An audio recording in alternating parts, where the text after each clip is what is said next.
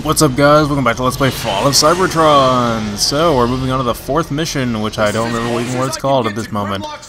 But we are moving away from the generic Optimus Prime levels and moving on to something rather unique, something called Variety. And we're going to be playing as Cliff Jumper for this, who is Bumblebee's repainted knockoff color swap type character. As per tradition, ever since Generation 1, Cliff Jumper has been the exact same character model as Bumblebee, except he's been red instead of yellow. And he's living up to his name, as we can see here. So him and Jazz are going to infiltrate this place. And we're going to have a stealth mission, and it's going to be awesome. Oh, I love this mission. I love this whole half of the game, really. I love this entire game. I'll take it back. As if it wasn't good enough as it was, now we're going to have some variances and actually mix things up a little. It's still going to be good, just in different ways. So, I'm not sure why they chose Cliff Jumper for this. I mean, I like that Jazz is included here, but I don't know why they decided that Cliff Jumper needed to be the stealth character. I mean, that doesn't really fit his character at all when you think about it. I much would have rather had like Wheeljack or Prowl or someone like that, especially just because I know they're just reusing the Bumblebee character model. And it's not really just an excuse to use Bumblebee, because they clearly didn't want to pay John Young Bosch the paycheck to have him phone in his lines for Bumblebee, so they clearly did not want to include him in the game that badly. He's almost been cut from the game entirely, as I've mentioned earlier. Now, Cliff Jumper, on the other hand, again, I just don't see why. It's cool and all, and I like Cliff Jumper, and I like the color red over yellow, so it is a little bit more fun to play as him. But yeah, I just don't get the whole stealth thing, like why I chose him to be the stealth character. It's still an awesome mission.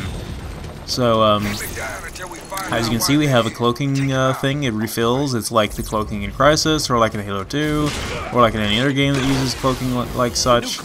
And if it's anything like the cloaking in the first game, it was absolutely broken. But in the first game, we were not required to use it because we had the choice of the 3 characters, which means that all the levels in the first game were relatively repetitive as far as their design. You basically just had straightforward encounters, which means that using the camo in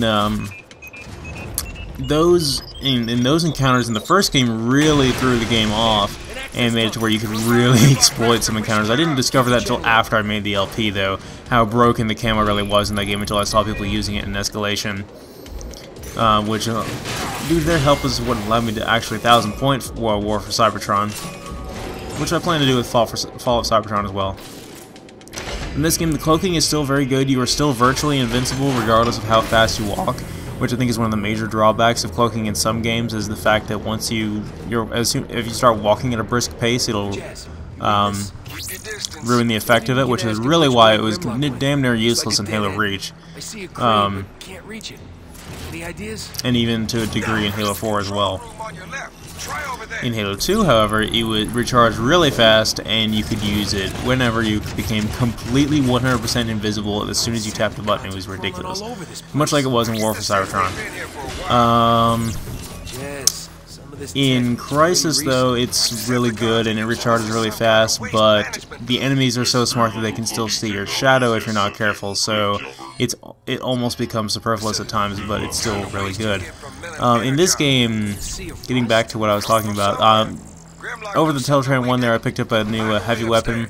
I think we actually get I think there's 2 heavy weapons we get the blueprints for, and so I know we get the one for the corrosive slime cannon, which I did not pick up my first time through this mission, but I picked up the CV32 Cyber Corrector or something like that.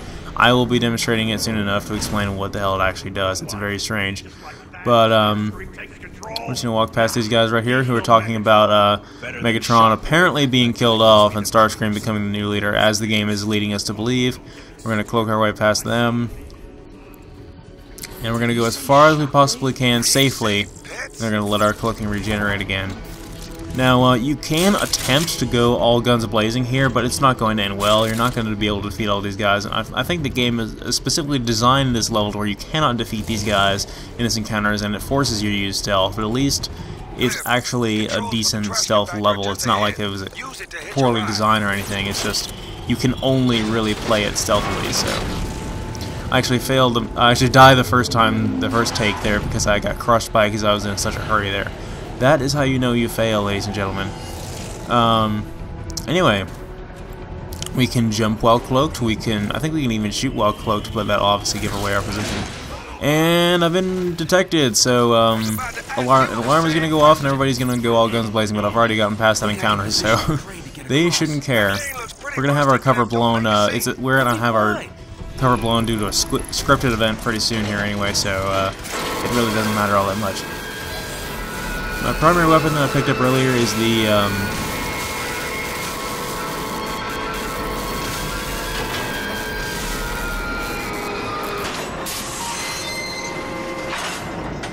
ow, my ears. Anyway, that was annoying. I picked up the subsonic repeater earlier. I'm not sure why. I don't know. I like it for this level. Maybe it's how compact it is. But an encounter will break out over here with these guys that'll automatically start attacking you, and there's nothing you can do about it because you had to go and move this thing, which made a stupid amount of noise. I think you can kill these guys, but really you're not supposed to. You're just supposed to wait for it to go to the other side so you can just run away.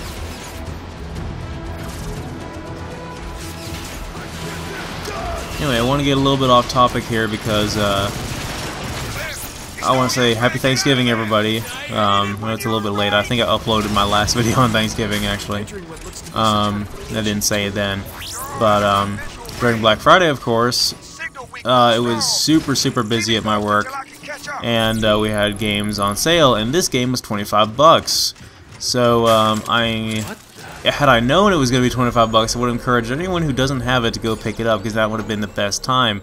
Until it actually gets absurdly cheap, and by that time it'll be the multiplayer community will be a lot more unfair in their experience, and they will be much more scarce. I'll talk more about that here in a second. In the meantime, we have a new enemy type here. These guys, I don't remember what they're called, but they're some kind of security robots.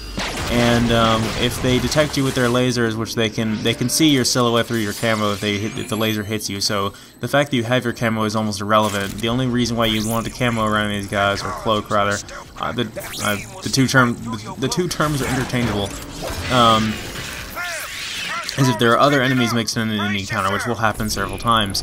But they will transform to this preposterous robot mode that has these incredibly powerful cannons on them that will just blow you away instantly, and you can't, no matter what you use, you can't really do very much damage to him. I think you can kill them with brute force, but it's very tricky, especially with Cliff Temper, because he's very frail.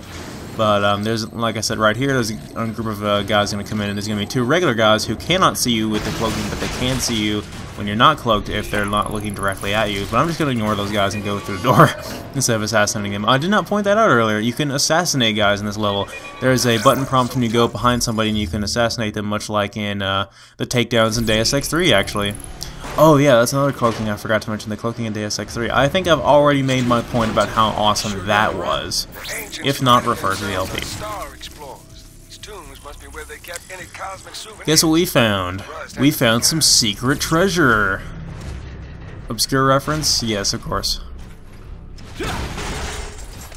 But I have no idea what the significance is of all this, if there actually is any kind of Cybertronian lore behind the secret treasure room with all the ancient relics from whatever civilizations. I don't think it has any plot relevance whatsoever. It's just kind of there. And now, ladies and gentlemen, I present to you, probably without a doubt, the coolest room in the entire game.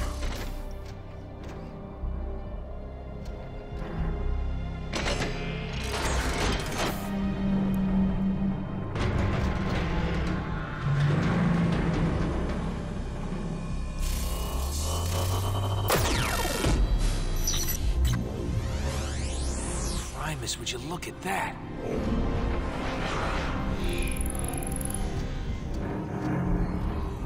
Jazz, I've stumbled into some kind of ancient map room. Reminds me of the observatory in Cosmo Canyon. Something big and ugly named Grimlock?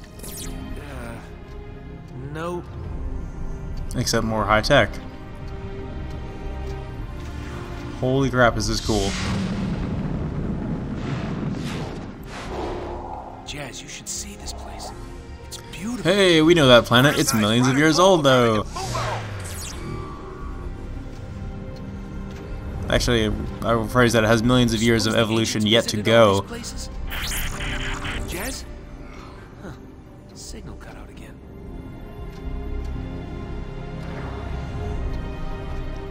Comes out of nowhere, but that was definitely one of the cooler set-piece moments in this level, and if not this entire campaign. I love that room.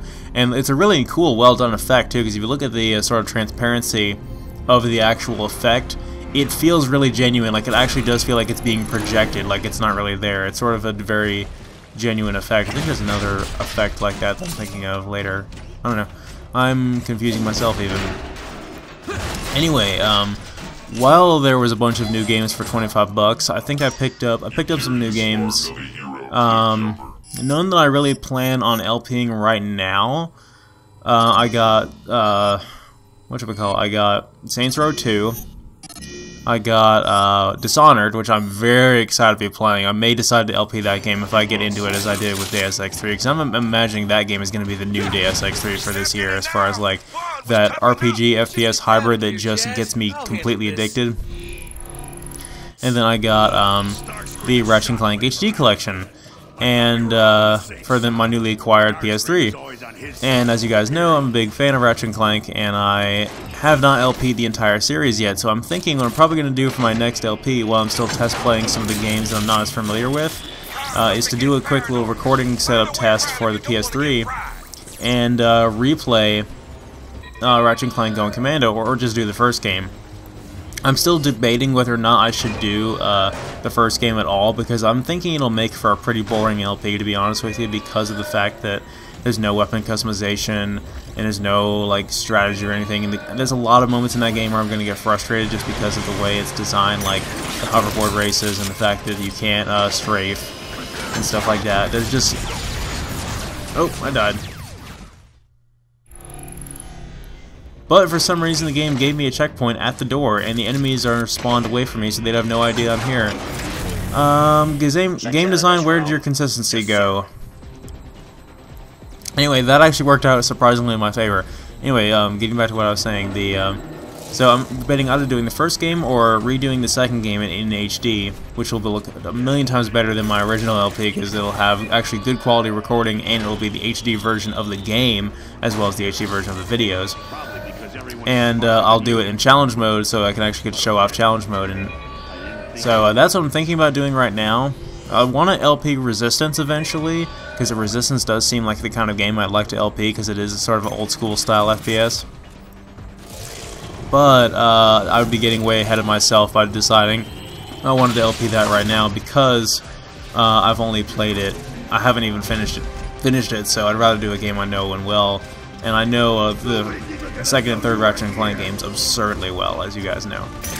Anyway, I was detected there, so I went ahead and dropped back down quickly to evade them, and I'll just go back up again, and they'll be facing the other direction, so I'll just climb my way back up again and try to get through that door one more time.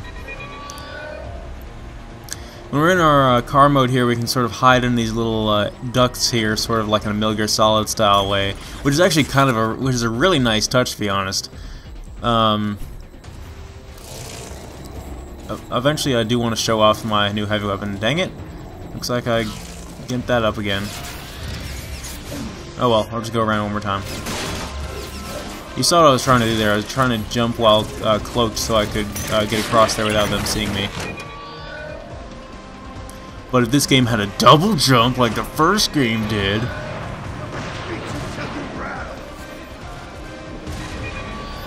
And that red sensor that keeps going across our screen there, that is the orbital beacon in this game. And you'll see that in escalation when you are down to like a handful of enemies. You'll get that going across your screen, and it'll pinpoint exactly where the enemies are. But Cliffjumper just has that for some reason. He's just that awesome.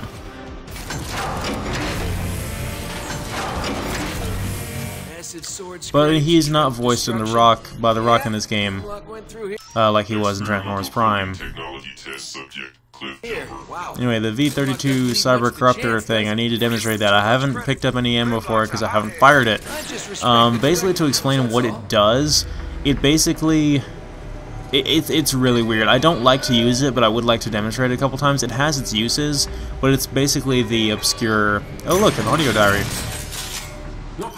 I haven't been going after those in this LP just because I actually don't have all of them yet, or I said I didn't have all of them during this recording.